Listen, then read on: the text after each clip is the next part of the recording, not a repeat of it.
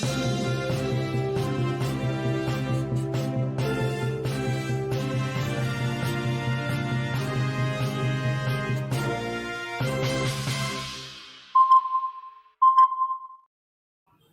दोस्तों, OCN network में आपका स्वागत है। मैं हूं ओमकार चौधरी। आज 3-4 विषयों पर बात करेंगे, लेकिन सबसे पहले बात करेंगे ताहिर हुसैन की। ताहिर हुसैन की ओर से सुप्रीम कोर्ट में दाखिल याचिका की, और याचिका पर सुनवाई करते हुए सुप्रीम कोर्ट ने जो कुछ कहा है, जो टिप्पणी की है, जरा उस पर भी चर्चा करेंगे। और 2-3 विषय और हैं। लोकसभा के स्पीकर ओम बिरला साहब ने कुछ सख्त टिप्पणियां की हैं, और ममता बनर्जी का बयान आया है। आपको ध्यान होगा, आरजीकर मेडिकल कॉलेज में एक ट्रेनी लेडी डॉक्टर के साथ रेप हुआ था, जिस पर महीनों तक वहां पर हड़ताल चली थी, हंगामा हुआ था, तमाम राजनीतिक बयानबाजी उस समय भी हुई थी। और अब जबकि अदालत ने उस रेपिस्ट को, संजय रॉय को, आजीवन कारावास की सजा सुनाई है, तो इस पर भी राजनीति शुरू हो गई है। ममता बनर्जी का कहना है, कलकत्ता पुलिस अगर इस मामले की जांच करती, सीबीआई ना करती, तो संजय रॉय को फांसी की सजा मिलती। यानी अदालत के आदेश पर भी वो सवाल खड़े कर रही हैं, सीबीआई की जांच पर भी सवाल खड़े कर रही हैं। और सीबीआई को सौंपा किसने था केस? ये तो जो हाई कोर्ट था कलकत्ता का, उसने ये फैसला लिया था। दूसरे, एक मानहानि के केस में राहुल गांधी को सुप्रीम कोर्ट से राहत मिल गई है। किसी ने आरोप लगाया था, उन पर मानहानि का एक मामला दर्ज कराया था कि उन्होंने अमित शाह के बारे में ये टिप्पणी की थी कि साहब, बीजेपी में तो हत्यारे भी अध्यक्ष बन जाते हैं। तो सुप्रीम कोर्ट का कहना यह है कि जिसके बारे में कहा गया है, उसने मानहानि का केस चूंकि नहीं किया है, इसलिए कोई थर्ड पार्टी आकर के अगर मानहानि का केस करती है, तो हम उसकी सुनवाई नहीं करेंगे, केस आगे नहीं बढ़ेगा। अभिषेक मनु सिंह भी राहुल गांधी की तरफ से लड़ रहे थे, तो अगेन एक सवाल उठ रहा है। और आखिर में डोनाल्ड ट्रंप युग की फिर से अमेरिका में वापसी हो रही है, और वो 4 साल बाद सत्ता में वापसी करके फिर से अमेरिका की कमान संभालने जा रहे हैं। जरा मालूम करने की कोशिश करेंगे कि क्या बदलेगा अमेरिका के भीतर भी और अमेरिका के बाहर, दुनिया भर में भी। तो चलिए सीधे जुड़ लेते हैं। लखनऊ से मेरे साथ वीरेंद्र नाथ भट्ट साहब जुड़ रहे हैं, उनको जोड़ करके चर्चा को आगे बढ़ाते हैं। वीरेंद्र जी, जी बहुत धन्यवाद नमस्कार। आपका जुड़ने के लिए। नमस्कार।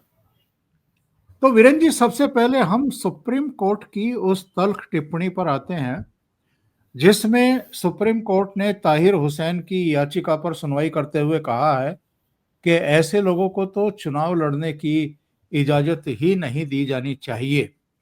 इन पर एक्चुअल में दिल्ली दंगे में अहम साजिश रचने का आरोप है। ये आम आदमी पार्टी के सभासद थे, पार्षद थे, जब दिल्ली में दंगा हुआ था। और दंगा भी कब हुआ था, संयोग देखिए, जब डोनाल्ड ट्रंप अपने परिवार के साथ भारत यात्रा पर थे।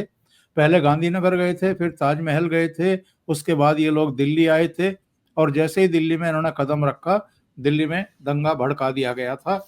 इसके पीछे भी एक बहुत बड़ी साजिश थी, मोदी सरकार को भी बदनाम करने की और डोनाल्ड ट्रंप को भी निशाना बनाने की।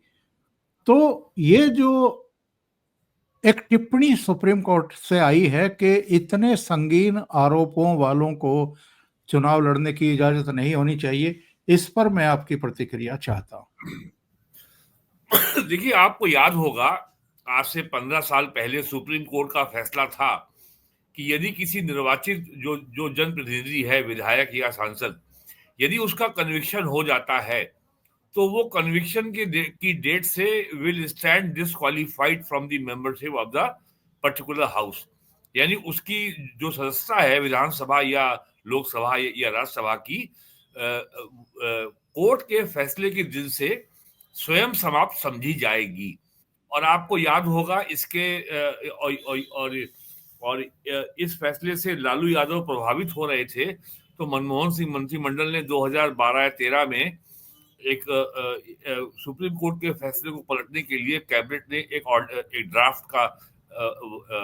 ड्राफ्ट ऑर्डिनेंस बिल, वो ड्राफ्ट ऑर्डिनेंस को अप्रूव किया था, और जिसको राहुल गांधी ने एक प्रेस कॉन्फ्रेंस में फाड़ा था, याद होगा आपको, प्रेस क्लब ऑफ इंडिया में। हाँ, तो अगर वो कानून बन गया होता, तो जो नेता निर्वाचित हैं, एमएलए एमपी, अगर उनका कन्विक्शन होता तो वो डिस्क्वालीफाइड नहीं होते, उनकी सदस्यता बनी रहती। सुप्रीम कोर्ट का ये जो ऑब्जर्वेशन है, ये साफ ये बताता है कि रिफॉर्म का एक पड़ाव तो तब पूरा हो गया था, आज से 13 या 15 साल पहले, और अब ये अगले रिफॉर्म की जरूरत है।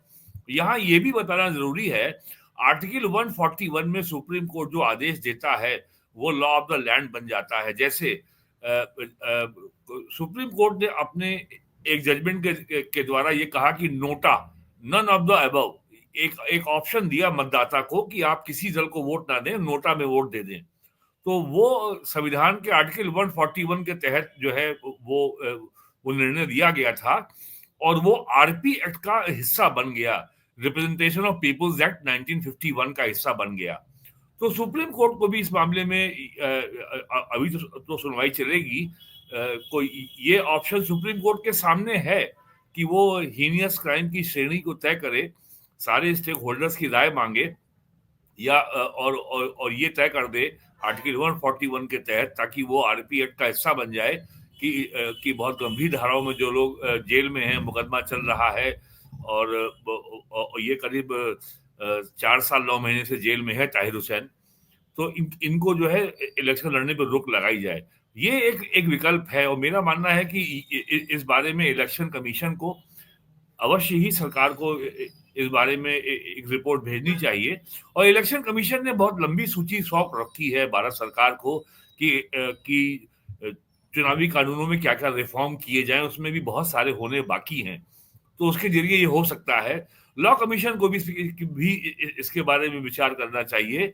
भारत सरकार स्वयं जो है आरपी एक्ट में अमेंडमेंट के लिए इसके लिए बिल ला सकती है, और जैसे कि ज्वाइंट पार्लियामेंट्री कमेटी को कई बिल रेफर्ड हैं, आपका वक्फ बिल रेफर्ड है, वन नेशन वन इलेक्शन का बिल रेफर्ड है।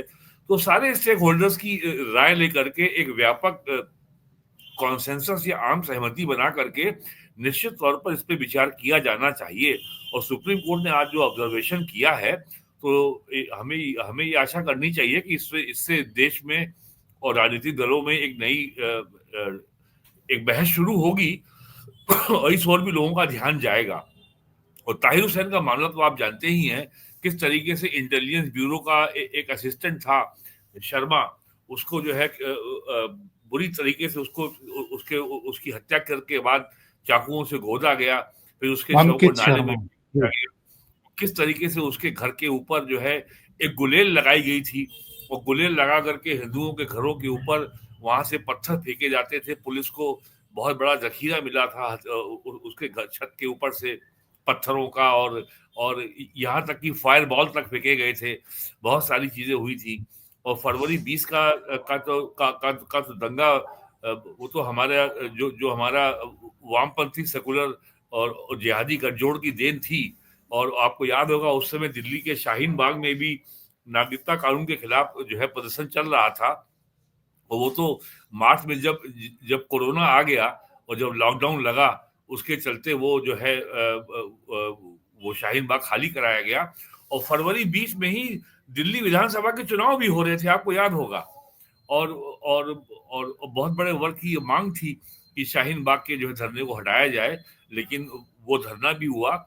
और यहाँ पे ये कहने में मुझे कोई हिचक नहीं है कि जो अमेरिकन डीप स्टेट का ही पूरी साजिश थी ये, कि कैसे भारत की सरकार को डिस्टेबलाइज किया जाए, कभी नागरिकता कानून के जरिए तो कभी किसान आंदोलन के जरिए, जो कि खालिस्तानियों का आंदोलन था।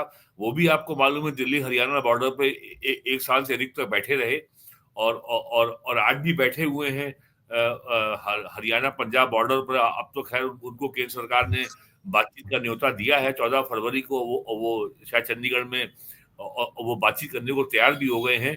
तो ताहिर हुसैन का मामला बहुत महत्वपूर्ण है और पिछले मैं कहूँगा पिछले पिछले 2 दशकों में अपराधियों के खिलाफ जो अभियान चलाया है, खास करके भारतीय जनता पार्टी ने जिस तरीके से परिवारवाद और टेंटेड लोगों के खिलाफ अभियान चलाया है, हालाँकि भारतीय जनता पार्टी में भी ऐसे लोगों की कमी नहीं है, जिनके खिलाफ बहुत सारे मुकदमे दर्ज हैं। लेकिन एट द सेम टाइम ये भी बात सही है कि भारत में चुनावी राजनीति खास करके यूपी और बिहार में और बंगाल में ऐसी है कि आप अगर राजनीति के मैदान में उतरते हैं तो आपका समाज के जो स्थापित जो सत्ता केंद्र है उनसे टकराव होता है और मुकदमे होते ही हैं। तो और यूपी और राजनीति इतनी कॉम्पिटिटिव हो गई है। यूपी में पिछले 3 दशकों में समाजवादी पार्टी बहुजन समाज पार्टी के बीच को लेकर के जितनी कठोरता भरी प्रतिद्वंदता रही है, जो कंपटीशन रहा है, उसके चलते भी बड़ी संख्या में समाजवादी पार्टी बहुजन समाज पार्टी के लोगों के ऊपर मुकदमे दर्ज हुए और भारतीय जनता पार्टी के लोग भी बड़े पैमाने पे इसके शिकार हुए, उनके ऊपर मुकदमे दर्ज हुए हैं। लेकिन ताहिर हुसैन का मामला सबसे अलग है। वो एक शातिर अपराधी है, ये बुलंदशहर से रहने आया था और इस बात की भी जांच अभी तक नहीं हुई है कि एक आम आदमी जो यहाँ लेबर बन के आया था दिल्ली में, ये इसने इतनी बड़ी आलीशान सब कोठियां कैसे खड़ी कर ली, इतनी बड़ी संपत्ति इसने कैसे बना ली। और आम आदमी पार्टी का ये जो है का ये शायद पार्षद भी था जी हाँ। नगर निगम का। और जब वो इतने गंभीर आरोपों में फंस गया तो आम आदमी पार्टी ने उससे हाथ झाड़ लिया और उससे किनारा कर लिया। और अब ओवैसी साहब आए हैं, ये वही ओवैसी हैं हैदराबाद के जिनका छोटा भाई कहता था कि बस 15 मिनट के लिए हटा लो पुलिस, हम हिंदुओं को साफ कर देंगे। तो ये मामला बहुत गंभीर है और सुप्रीम कोर्ट ने जो टिप्पणी की है, हमें ये उम्मीद करनी चाहिए कि ये बहस आगे चलेगी और चुनाव आयोग और भारत सरकार इस विषय पर ध्यान देंगे कि अब अभी और इलेक्टोरल रिफॉर्म किए जाने की जरूरत है। और वीरेंद्र जी, लोगों को क्या इतना स्मृति दोष है कि अगस्त 2023 में जो घटना हुई थी आरजी कर मेडिकल कॉलेज कलकत्ता में, जिसमें एक ट्रेनी डॉक्टर के साथ रेप किया गया था और जिसमें उस आरजी कर मेडिकल कॉलेज के जो प्रिंसिपल थे, सर्वे सर्वा थे, उनके करीबी संजय रॉय को बहुत मशक्कत के बाद, हंगामे के बाद, प्रदर्शन हड़ताल के बाद गिरफ्तार किया गया। तब ये कहा गया था कि ना केवल ये प्रिंसिपल का नजदीकी है बल्कि ममता बनर्जी का भी करीबी है, ये आरोप भी उस समय लगे थे। आज वही ममता बनर्जी जो सीबीआई को जांच ही सौंपने को तैयार नहीं थी, और उस समय ममता बनर्जी पर भी तमाम आरोप लगे थे। 2-3 बार सारे स्टूडेंट्स इकट्ठा होकर के, हड़ताली स्टूडेंट ममता बनर्जी के घर भी गए थे। उस समय हंगामे हो रहे थे, मीडिया में वो सुर्खियां था। आज जब सियालदह कोर्ट ने उनको, संजय रॉय को आजीवन कारावास की सजा सुनाई है, तो ममता बनर्जी कह रही है कि हम सजा से संतुष्ट नहीं है, फांसी की सजा दी जानी चाहिए थी और फांसी की सजा हमने मांगी है। अगर कलकत्ता पुलिस से ये जांच ना ली जाती तो उसको फांसी की ही सजा होती। ये इतने विश्वास के साथ ममता बनर्जी कैसे कह रही हैं? और उस समय जो कुछ इनकार इनकी सरकार का कुल मिलाकर के अप्रोच था, एटीट्यूड था, उससे तो हड़ताली डॉक्टर ही संतुष्ट नहीं थे, बाकी का तो छोड़ ही दीजिए। देखिए, लोगों की जो स्मृति है वो इतनी छोटी है कि अगस्त में ये घटना हुई थी और आज 6 महीने बाद ममता बनर्जी को बोलने का मौका मिला है। आप याद करिए, अगस्त, सितंबर, अक्टूबर, नवंबर, दिसंबर, जनवरी, इन 6 महीनों से ममता बनर्जी पब्लिक स्पेस से लगभग गायब हो चुकी थी। ना वो कहीं आपको टीवी पे दिखाई पड़ी है, ना उन्होंने कोई पब्लिक मीटिंग की है और आज उनको बोलने का मौका मिला है। आज उनको एक हाई मॉरल ग्राउंड उनको मिल गया है। और क्षेत्रीय पार्टियों की समस्या ये होती है, वो लगातार टकराव की मुद्रा में रहना चाहती हैं, लगातार कन्फ्रंटेशन में रहना चाहती हैं। और जैसे आम आदमी पार्टी को एएपी कहा जाता है, वो आम आदमी पार्टी नहीं है, वो अब्यूजिंग एंड एक्यूजिंग पार्टी है। वो लगातार सबको अब्यूज करता है, अरविंद केजरीवाल, और सबको एक्यूज करता है। सबको गाली देता है और सबके ऊपर आरोप लगाता है। सोनिया गांधी भी सोनिया गांधी, शरद पवार, मुलायम सिंह यादव, लालू यादव, अखिलेश यादव सबको कहता था हम सबको जेल भेज देंगे। उसने मुकेश अंबानी के खिलाफ भी मुकदमा दर्ज करा दिया था वो विजिलेंस ब्यूरो में। तो वही काम ममता बनर्जी कर रही हैं। और ममता बनर्जी ये भूल जाती हैं कि कलकत्ता पुलिस ने तो वो तो कोई एक योजना है पुलिस मित्र की। कलकत्ता पुलिस ने उसको मोटरसाइकिल दे रखी थी आज जिसको सजा हुई है। और आज ममता बनर्जी को मालूम है कि लोगों की स्मृति तो बहुत छोटी होती है, they have a very short memory, तो कुछ भी कह दो। और आज ममता बनर्जी की हिम्मत आप देखिए, आज वो कह रही हैं कि यदि सबूत मिटाने का पूरा पूरा मौका वहां के प्रिंसिपल को दिया गया। उस जहां पर ये कांड हुआ था उस कमरे के बिल्कुल बराबर में टॉयलेट बनाने के नाम पर तोड़फोड़ कर दी गई। इसके अलावा हजारों की भीड़ जो है भीड़ वो घुस गई वहां थी। घुस गई। तो मेडिकल ममता कॉलेज बनर्जी में को मालूम है हजारों ना की कि भीड़ लोगों को ला कुछ करके याद रहता छात्रों नहीं के है, हम साथ कुछ भी कह मारपीट देंगे करा दी और गई। हम बच जाएंगे। तो कलकत्ता पुलिस का ये आदमी मुखबिर था। और ममता बनर्जी की हिम्मत आप देखिए, वो ये कह रही हैं कि यदि कलकत्ता पुलिस ने ये इन्वेस्टिगेशन किया होता और कलकत्ता पुलिस ने ही अगर ये एज ए प्रोसिक्यूटर केस लड़ा होता तो इसको फांसी की सजा हो गई होती। अब आज वो जो है अपने आप को बहुत बड़ी प्रोटेक्टर के रूप में, महिलाओं की रक्षक के रूप में उनको अपनी छवि बनाने का मौका मिल रहा है, उनको मौका मिल गया। और उनको जो है, और इस घटना से पूरे बंगाल में ममता बनर्जी की जो छवि धूमिल हुई थी, वो खास करके महिलाओं में उनका जो है जो उनकी एक नेगेटिव इमेज बन के उभरी थी, आज ममता बनर्जी उसको रिपेयर करने का प्रयास कर रही हैं। और उनको मालूम है कि अगले साल उनको जो है चुनाव में जाना है, अगले साल अप्रैल में 2026 में। तो ममता बनर्जी फिर से आज जो है झूठ बोल के निकल गई। और ये भी लोगों को याद नहीं है कि उस घटना के कुछ ही दिन बाद तृणमूल कांग्रेस के लोगों ने उसी हॉस्पिटल में, उसी कमरे में हमला किया था। वहां पे फ्रिज तोड़ डाला था, सारा फर्नीचर तोड़ डाला था, एसी पंखा सब तोड़ डाला था ताकि एविडेंस को मिटाया जा सके। लेकिन सीबीआई अगर इस मामले में ना आई होती तो ये अपराधी साफ बच के निकल गया होता। और ममता बनर्जी केवल अपनी जो छवि है और जो उनका गिरता जनाधार है, आज उनको इस मामले में एक विक्टिम कार्ड खेलने का मौका मिल गया, जिसका वो खुल के इस्तेमाल कर रही हैं। और उनको जो है, उनको मालूम है कोई उनसे सवाल नहीं करेगा। और वैसे भी तृणमूल कांग्रेस की सरकार में किसी रिपोर्टर को, पत्रकार को सवाल करने का अधिकार तो है नहीं। उसके खिलाफ या तो ममता बनर्जी बोल देगी कि तुम तो सीपीएम का गुंडा है, या तुम बीजेपी का है, या तुम आरएसएस का है, तुम सामुदायिक है, हम तो सेकुलर है। तो और यही स्ट्रेटजी कांग्रेस की भी है, राहुल गांधी की भी है। कोई सवाल पूछो तो कहते हैं ये तो बीजेपी का सवाल है। तो यही स्ट्रेटजी ममता बनर्जी की भी है, और यही स्ट्रेटजी कर्नाटका के मुख्यमंत्री की भी है, और भी राज्यों में यही स्थिति है। तो अब आरोप तो लगता है बीजेपी के ऊपर, लेकिन अपोजिशन रूल्ड स्टेट्स में कहीं पर भी किसी भी पत्रकार को सवाल पूछने का अधिकार नहीं है। तुरंत उसके ऊपर या आरोप लग जाएगा या उसको प्रेस कॉन्फ्रेंस से बाहर निकाल दिया जाएगा। लेकिन भट्ट साहब ये बताइए, ये संदेश खाली की घटना हुई थी, खूब हंगामा हुआ था, नेशनली उसको कवरेज भी मिली थी, कुछ वो जो मीडिया शाहजहां था वो, चैनल, जी हाँ, जो वो एक मुस्लिम इन्हीं का जो अरे जिसकी शाहजहां दादागिरी, बांग्लादेशी है वो। हाँ हाँ, तो उसकी गिरफ्तारी बाद में हुई जब अटैक भी हो गया ईडी पर भी और सीबीआई पर भी, उसकी उसकी अरेस्टिंग भी हुई, सारे काम हुए। लेकिन उसके बाद विधानसभा चुनाव हुआ और ममता बनर्जी उस लोकसभा चुनाव, ममता बनर्जी ने 29 सीट जीत ली। और अभी उपचुनाव हुए, 5 सीटों पर उपचुनाव हुआ, 5 की 5 टीएमसी ने जीत ली।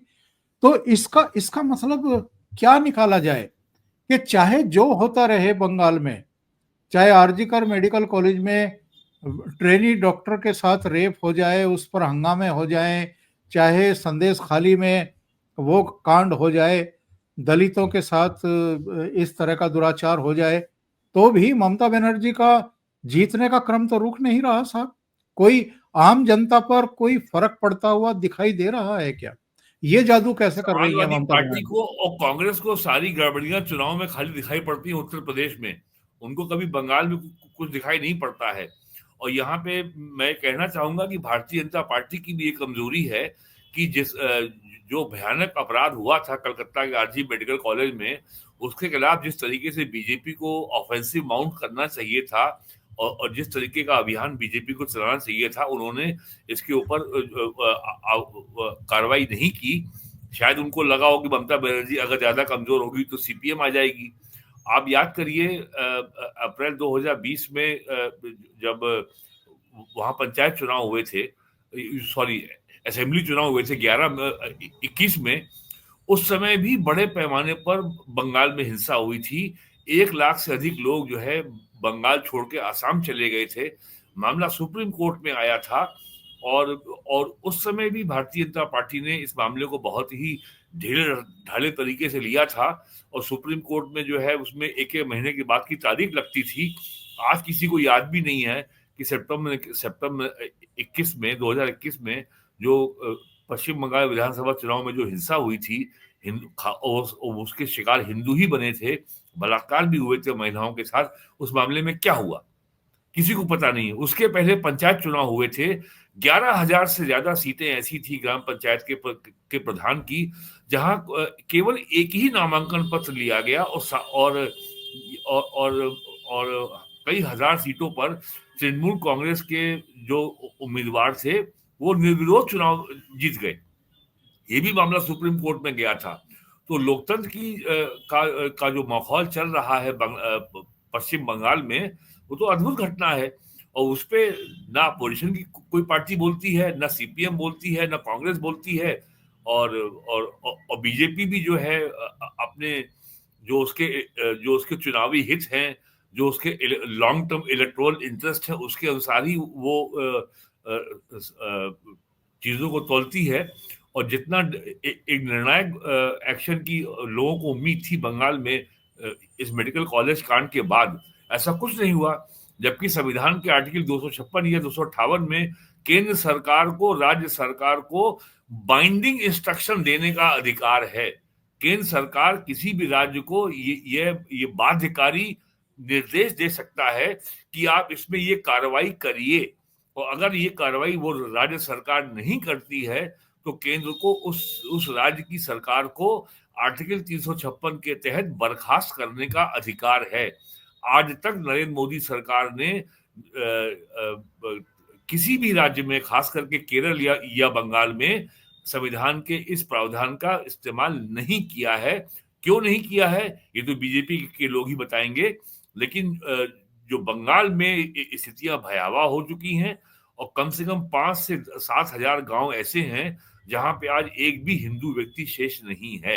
तो और अगर ये कहा जाए कि वो उसका नाम पश्चिम बंगाल नहीं है, वो अब जो है पश्चिम बांग्लादेश हो गया है, तो ये कोई अतिशयोक्ति नहीं होगी। आज पटना में थे लोकसभा स्पीकर ओम बिरला साहब। वहाँ पीठासीन अधिकारियों का अखिल भारतीय एक सम्मेलन था और उसमें उन्होंने चिंता जाहिर की कि सदनों को राजनीति का शिकार बनाया जा रहा है, उनको बाधित किया जाता है।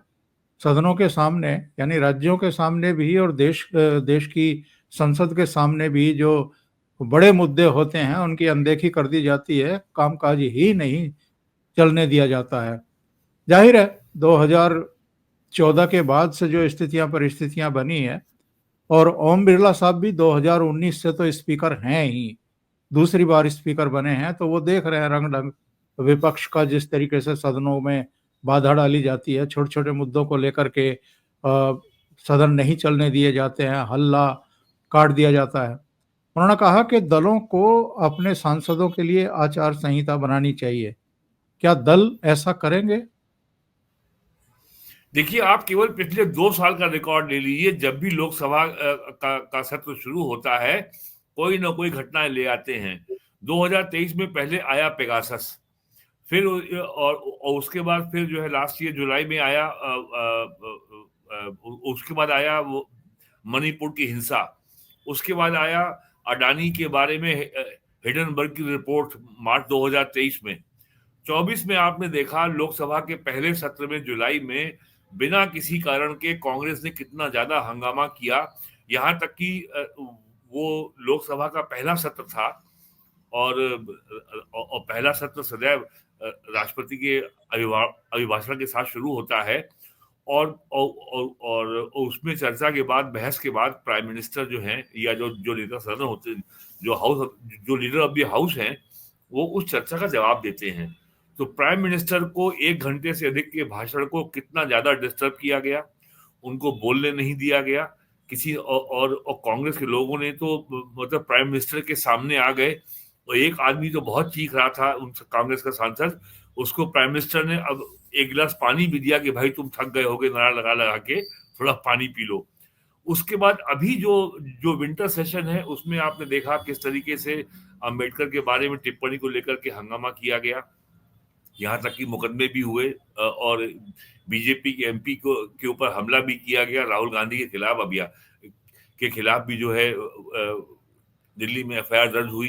तो ये बात बहुत स्पष्ट साबित हो जाती है कि ये अब कांग्रेस की ये स्ट्रेटेजी है कि केंद्र सरकार को संसद में, लोकसभा में, राज्यसभा में काम करने ही नहीं देना है।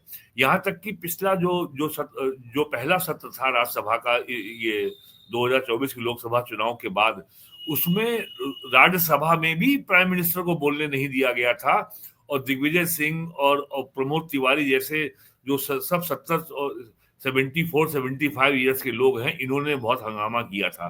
तो अब ये बात बहुत साफ हो गई है कि कांग्रेस जो लड़ाई उसको लड़नी चाहिए राजनीति के मैदान में, वो उसको लड़ती है लोकसभा और राज्यसभा में। और उसने तय कर लिया है कि अब हम जो है हाउस में, प्राइम लोकसभा में, राज्यसभा में सरकार को अपना जो जो मत है, जो नीतिगत विषयों पर जो घोषणाएं हैं, वो हम करने ही नहीं देंगे। हालांकि हरियाणा और महाराष्ट्र में चुनाव हारने के बाद इंडी गठबंधन को थोड़ी अकल आएगी, लेकिन ऐसा हुआ नहीं है।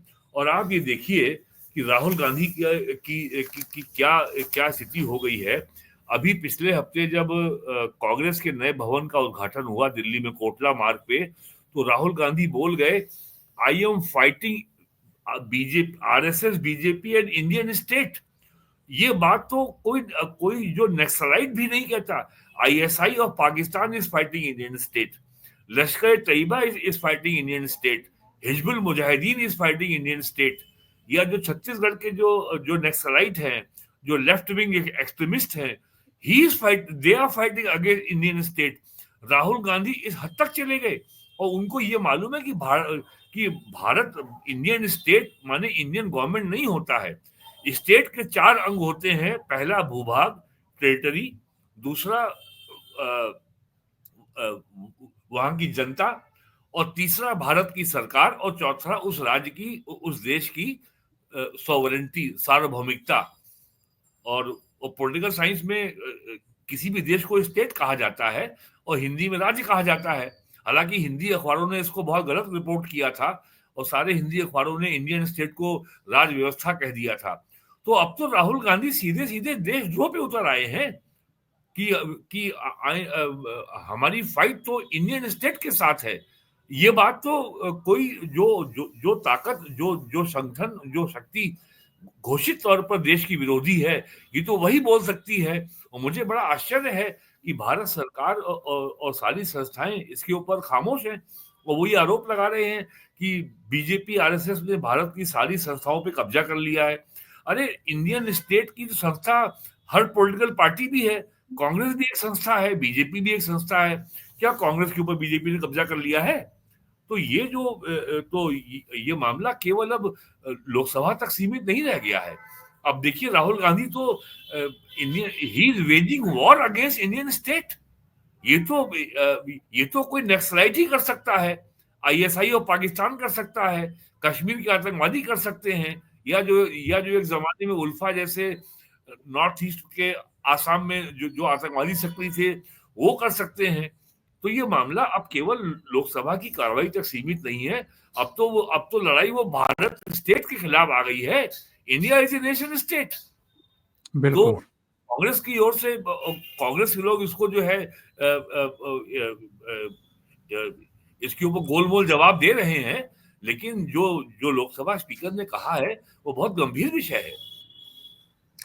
राहुल गांधी पर ही चर्चा कर लेते हैं। आपने राहुल गांधी की चर्चा की है, जिक्र किया है, तो सुप्रीम कोर्ट में एक मामला पहुंचा था। अभिषेक मनु सिंघवी राहुल गांधी की तरफ से खड़े थे और जो याचिकाकर्ता थे उनकी तरफ से महेश जेठमलानी वहां पर खड़े हुए थे। और ये मामला क्या था? 2019 के चुनाव में राहुल गांधी ने चाईबासा इलाके में एक जनसभा को संबोधित करते हुए ये कहा था कि हत्यारे भी भारतीय जनता पार्टी में अध्यक्ष बन जाते हैं। हत्यारे, हत्यारा वैसे या तो राहुल गांधी को किसी क्राइम रिपोर्टर से मुलाकात करनी चाहिए, वही इनको बता देंगे, पुलिस के पास ना भी जाए तो। हत्यारा वो होता है जिसका जुर्म साबित हो जाए और जिसको सजा सुना दी जाए, वरना आप हत्या का आरोपित कह सकते हैं, कुछ भी कह सकते हैं, लेकिन हत्यारा नहीं कह सकते। लेकिन उन्होंने अमित शाह को हत्यारा बताया कि वो हत्यारे हैं और वो भारतीय जनता पार्टी के राष्ट्रीय अध्यक्ष बनाए गए। उसको लेकर के एक व्यक्ति ने, जो भारतीय जनता पार्टी का ही कार्यकर्ता है, उसने मानहानि का मामला दायर किया। निचली अदालत ने समन भी जारी किए राहुल गांधी को। राहुल गांधी उसके खिलाफ रांची हाई कोर्ट पहुंच गए और अब ये मामला सुप्रीम कोर्ट तक पहुंच गया। इन्होंने वो समन की तामील नहीं होने दी और अब सुप्रीम कोर्ट ने कहा है कि साहब, यदि और ये तर्क किसने रखा था? अभिषेक मनु सिंघवी ने, कि साहब कोई प्रॉक्सी थर्ड पार्टी का नाम लेते हुए कहा कि वो अगर मानहानि का केस करे तो उस पर सुनवाई नहीं होनी चाहिए। यानी जिसके खिलाफ मानहानि की गई है, जब तक वो खुद याचिका दाखिल ना करे तब तक उस पर सुनवाई नहीं होनी चाहिए। तो सुप्रीम कोर्ट ने आज निचली अदालत के आदेश पर कार्रवाई पर रोक लगा दी। तो ये तो हर दूसरे दिन प्रधानमंत्री नरेंद्र मोदी को भी गालियां देते हैं और अमित शाह को भी गाली देंगे, ये स्पीकर को भी गाली देंगे, सबको गाली देंगे, और वो तो कोई मुकदमा करने से रहे। तो इसका मतलब ये है कि इनको गालियां देने की छूट मिली हुई है। अरे उनकी माता जी भी 2007 में जब गुजरात का विधानसभा चुनाव था, तब वो नरेंद्र मोदी को मौत का सौदागर कह चुकी हैं। और उसके बाद जो जो उनको जवाब दिया था नरेंद्र मोदी ने, कि राजीव गांधी ने क्या कहा था 1985 में, जब दिल्ली में 3000 से ज्यादा सिखों की हत्या की गई थी और उसमें एक एक व्यक्ति की हत्या का पूरा रिकॉर्ड रंगनाथ मिश्रा कमीशन की रिपोर्ट में किया गया है और रिपोर्ट अवेलेबल है। और उसके बाद कैसे राजीव गांधी ने उस जघन्य हत्याकांड को जस्टिफाई किया था कि जब बड़ा पेड़ गिरता है तो धरती हिलती है। उसका वीडियो अवेलेबल है, एनीबडी कैन सी। तो राहुल गांधी कुछ भी नया नहीं कर रहे हैं। जो उनकी माता जी और जो उनके पिताजी जो कर चुके हैं, और मैं तो कहूंगा कि राहुल गांधी की जो कांग्रेस आज है, ये उसकी इंपीरियल फैंटेसी जो है, वो कि वो वो आज भी अपने आप को वो वो कांग्रेस जो है, वो ब्रिटिश जो जो कॉलोनियल गवर्नमेंट थी, ये उसकी उत्तराधिकारी ही है। और राहुल गांधी की जो इम्पेरियलिस्टिक फैंटेसीज हैं, वो भी गई नहीं है। और जिस कंटेम्प्ट के साथ, जिस अपमानजनक भाव से वो नाम लेते हैं प्राइम मिनिस्टर का, और मोदी कहता है, वो मोदी कहता है ऐसी भाषा बोलते हैं, वो प्राइम मिनिस्टर के पद का भी सम्मान नहीं करते। और उनकी जो सेंस ऑफ एंटाइटलमेंट है कि मेरा अधिकार है प्राइम मिनिस्टर बनना, मेरे पिताजी प्राइम मिनिस्टर थे, मेरी दादी प्राइम मिनिस्टर थी, मेरी दादी के पिताजी प्राइम मिनिस्टर थे, ये मोदी कहाँ से आ गया? अब तो पीएम बनना मेरा अधिकार है। लेकिन 2004 से उनकी लगातार लॉन्चिंग हो रही है, और इस बीच में हजारों सैटेलाइट छोड़ दिए आईएसआरओ ने, इसरो ने, लेकिन राहुल गांधी आज तक लॉन्च नहीं हो पाए। तो ये जो जो सुप्रीम कोर्ट का फैसला है, हमें वेट करना चाहिए अगली तारीख में कि अगले डेट पे सुप्रीम कोर्ट क्या कहती है। लेकिन ये नया तर्क है कि ये प्रॉक्सी है, ये थर्ड पार्टी है, और इनको अधिकार नहीं है ये मानहानि का मुकदमा करने का। ये नया तर्क आया है। तो अगर कल को जो है, अगर ऐसे मामले और होंगे, ऐसे और लोगों के खिलाफ भी मामले आएंगे, राहुल गांधी के खिलाफ और भी मामले चल रहे हैं, जिसमें थर्ड पार्टी के आधार पे ही सुप्रीम कोर्ट ने फैसले किए हैं और डिस्ट्रिक्ट कोर्ट ने फैसले किए हैं। आपको याद होगा गुजरात की कोर्ट में राहुल गांधी के खिलाफ ऐसा ही मामला था, जिसके बाद उनको लोकसभा की सदस्यता से हाथ धोना पड़ा था, वो डिस्क्वालीफाई हुए थे। तो ये जो है एक बहुत बड़ा लीगल इशू है। अब देखते हैं इसमें आगे क्या होता है, लेकिन ये जो मामले की गंभीरता है वो इस आधार पे कम नहीं हो जाती कि साहब जो इसमें जो वादकारी है, जो प्लेंटिफ है, वो थर्ड पार्टी है। बहुत बहुत धन्यवाद वीरेंद्र जी। आज तो कई मुद्दों पर आपसे चर्चा हुई है और आपने जी गहनता से उन पर अपने विचार रखे हैं। थैंक यू सो मच जुड़ने के लिए। जी नमस्कार। धन्यवाद, नमस्कार।